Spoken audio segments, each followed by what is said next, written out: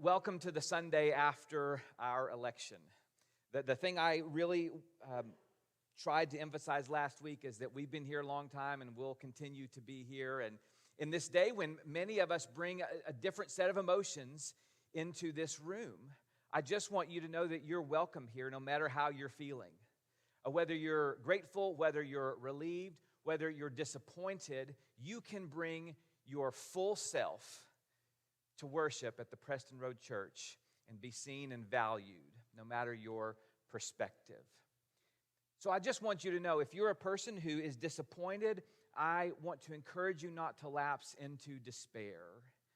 To know that there are many here, even who don't share your perspective, who are here to encourage you and love you. And to those who are celebrated or relieved, I just urge you not to be naive about a fresh set of challenges we're going to face. That just happens with every election. And we're going to go through some different things, maybe some things we've seen before, and we're going to support each other and love each other and encourage each other no matter what. And I'm thankful for that part about this church and who you are. One of the things we've all noticed in the past few years is it matters how we think about each other and how we talk about each other. And those two things tend to be related. The more we feed ourselves negative images about other people, we begin to speak those things out. So about 10 years ago, there was a study done by the National Academy of Sciences, and they came up with a term after studying, I think at the time, mainly the Israeli-Palestinian conflict, which 10 years ago was even different than it was now. So things have not gotten better. But the term they came up with about how people thought about the other team was motive, attribution, asymmetry. Motive, attribution, asymmetry. What that means is my team thinks and votes the way we do because we are loving, and that team acts and votes the way they do because they're full of hate. In other words, we don't attribute equal motives across the board. My motives, my group's motives are good and theirs are bad. So it's not just their ideas are wrong, which is fair. That's what good discourse is. It's theirs comes from evil, hateful hearts. And when we get there, we're in a bad place. Even though, let's be honest, sometimes it is true that our motives and other people's motives come from hatred. That's not always the case and shouldn't be our first assumption. And writer Arthur Brooks even commented on this more, and he said, it's not just about incivility and intolerance. What we've lapsed into is contempt. And that's a bad place to be when we look down on other people and we don't just disagree and we're not just a little uncivil, but we hold them in contempt. I've been thankful as we've moved through the Gospel of Luke during this election season. There's a wide range of approaches that church leaders can take in these times. Sometimes you can just be completely silent and not mention anything about anything at all and just keep moving through and pretend like what we do in here is completely separate from what we experience the other 6 days of a week. And we can do that. Other leaders take a very head-on approach and speak directly to candidates and issues and do what I call the non-endorsement endorsement, where they go, well, I can't tell you who to vote for, but I sure wouldn't be voting for anybody who believes X, Y, and Z. It's like, we get it. We know what you're trying to say. I know that in a room like this and in a church like this, some of you might have wanted different approaches as to how we handled the election season, and that's fair. People can have different thoughts on that. What I do want to convey to you is how thankful I am for how this church has responded these past few months and how you have been during a very difficult season. I'm very thankful. I know we have multiple perspectives. Some of you have had conversations with me about your own thoughts, and I'm honored by that. To be quite candid, a lot of ministers were kind of doing this after 2020. Like, is this going to be all over again? Because that wasn't super fun. And there were other things in the mix then, too. So I just want you to know I'm very proud of you and thankful for you and the way you have supported each other, the gracious way you've interacted. You may have stories to tell about yourself or others that contradict that, and that's fair. I've had my own moments too. But thank you for being the kind of church that you are, that continues to stay unified and makes room for people to show up with different perspectives on these issues. But as we have preached through Luke, I've just been thankful to see things each week in the reading that make sense to talk about in a difficult season. I think it's rich commentary, and I've learned that you can just preach through a book of the Bible and you will find relevant points every week. So we're going to be in Luke chapter 18 today, and Jesus is going to tell some stories, and sometimes when he tells these stories, they seem to come out of nowhere. Sometimes it's because someone asks him a question, and so he responds by telling a story. In Luke 18, Luke tells us the setup for the stories. He gives us a brief intro. There's two stories about prayer. We're going to focus on one of them. The first story that we won't deal with today, Luke tells us Jesus tells his disciples a parable to show them that they should always pray and never give up. So we get the takeaway from the beginning. You should always pray and never give up.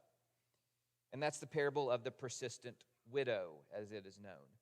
And then in verse 9, where we'll focus our time today, Jesus tells a parable, Luke says, to some who were confident of their own righteousness and looked down on everyone else.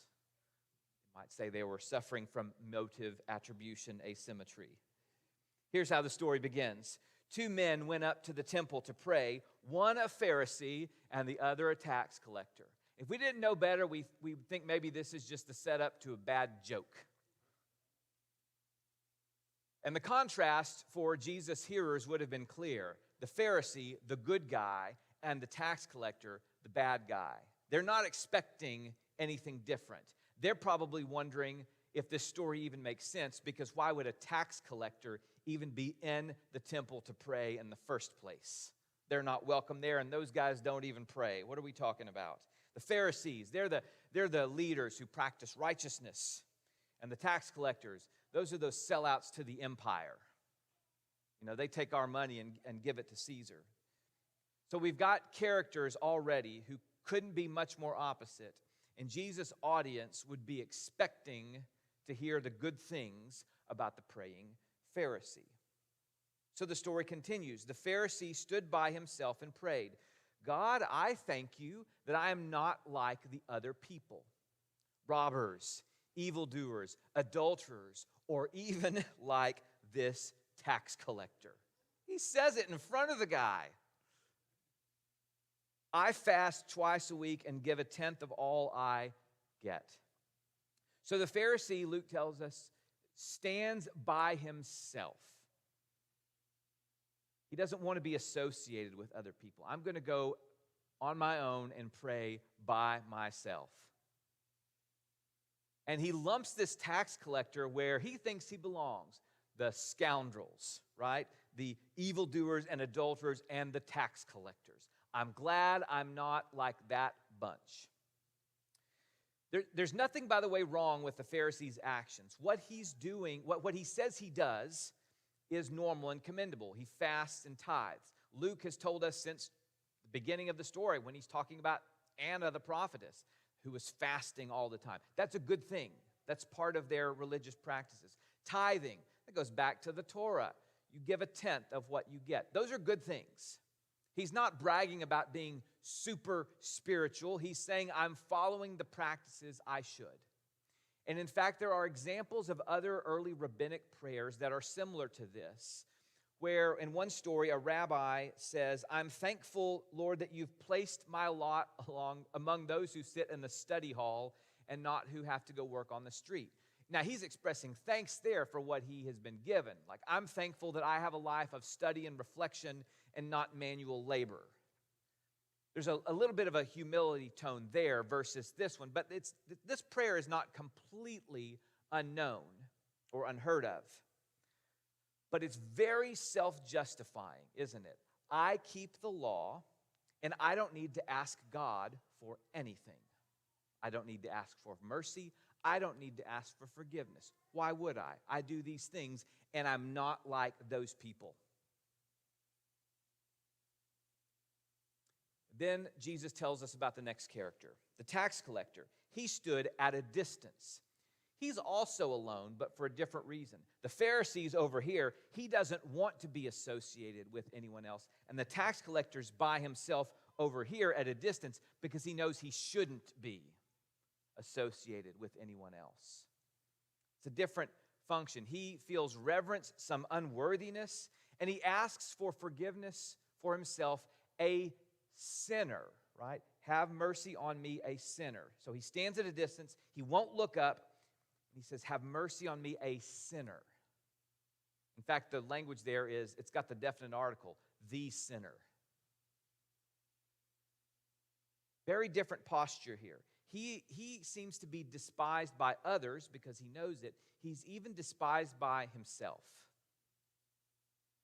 I don't deserve to be speaking. I don't deserve to be here. He knows he is the moral equivalent of a leper. He's an outcast. He's just heard, probably, the people he got lumped in with. He knows where he stands. And so he prays a prayer that sounds familiar if you were to read Psalm 51 and David's prayer of repentance. Have mercy on me, a sinner. So two characters, the Pharisee who shows up and says, I do all these good things and I'm thankful I'm not like them, and the tax collector who says, have mercy on me, I'm a sinner. And Jesus closes out the story this way. I tell you that this man, that's the tax collector, rather than the other, the Pharisee, went home justified before God.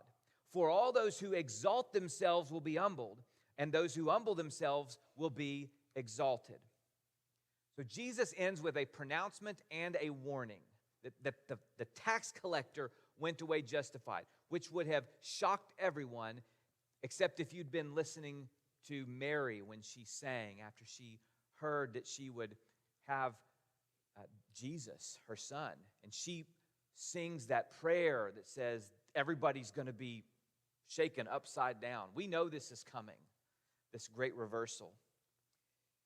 So I would say these words at the end are perhaps a warning, in fact, some of the scariest words in the gospel, but they're also some of the most comforting.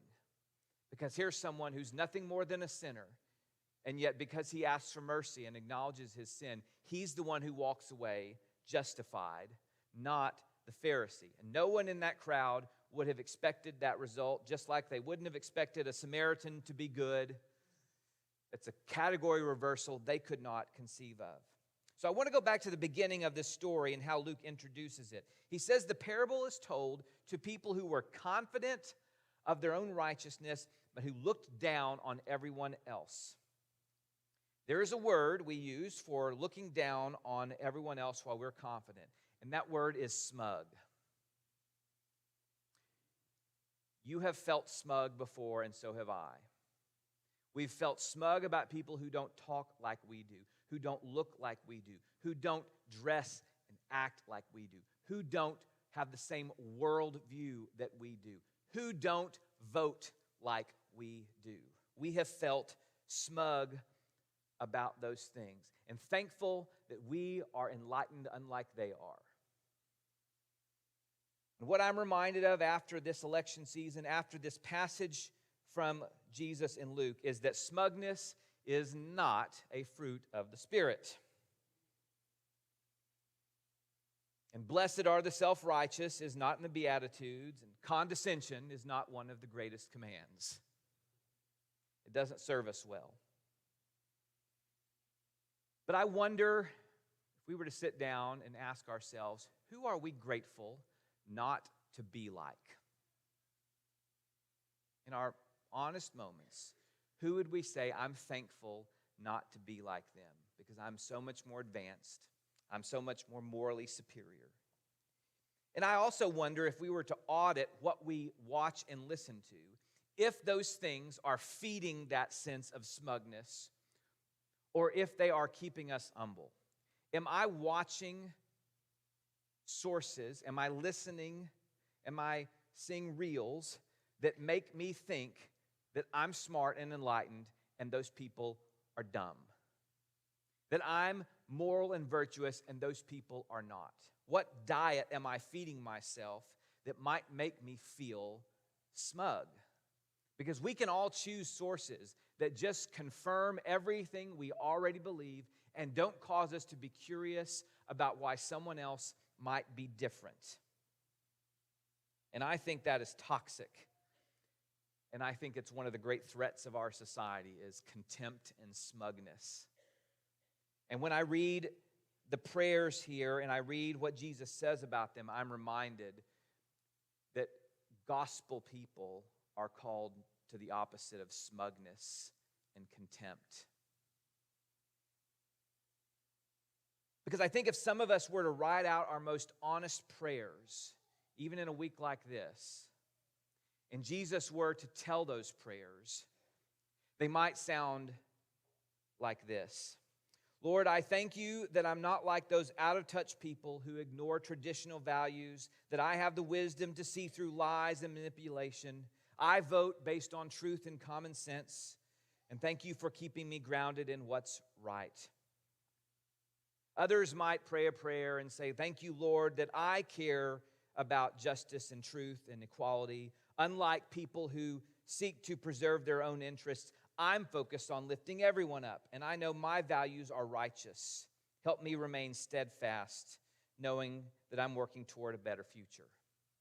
See, some of those things are okay, and they're right and true, but I begin to believe them only about myself and not about other people, and I kind of feel better about myself. And if I'm not careful, I show up each day acting like this Pharisee who was thankful and smug that he wasn't like those other people. Instead of like the tax collector who showed up and said, just have mercy on me, I'm a sinner. There are two things about how to pray like a sinner that I've learned from this passage. The first way to pray like a sinner is to focus on my sins and not others. I'm a sinner. I have my own problems, thank you very much. And they're long enough to take up all the prayers I could ever pray without praying against someone else. I have the largest plank you could imagine in my eye, and I don't need to be praying about specks or planks in anyone else's. It's not that they don't have them, they do, but I have some, and I'm going to focus on that because that's the thing I have the most agency and control over, is the speck and plank in my own eye. So I'm going to focus on my sins and not others. Second, I'm going to appeal for mercy and not affirmation from God. I can throw myself on God's mercy, and I don't have to inflate my merits or bring a resume. I don't have to use my spiritual practices as evidence for why I should walk away justified. I know that in our culture, pride gets all the accolades. That's the people we sometimes look up to. Humility gets dumped on, seen as weak. But that is the way we be countercultural. That's how we act in a way that does not mirror the world. We value humility and not pride. We are devoid of smugness because it's not a fruit of the Spirit. The good news for you and me is that this prayer for mercy gets heard. That's what Jesus tells in this story. You can pray this prayer to have mercy on me, a sinner, and you can walk away justified. And not because you're right, and not because you're enlightened, but because of the great mercy of God. That mercy is available to you, and it's available to everyone else. And for that, thanks be to God.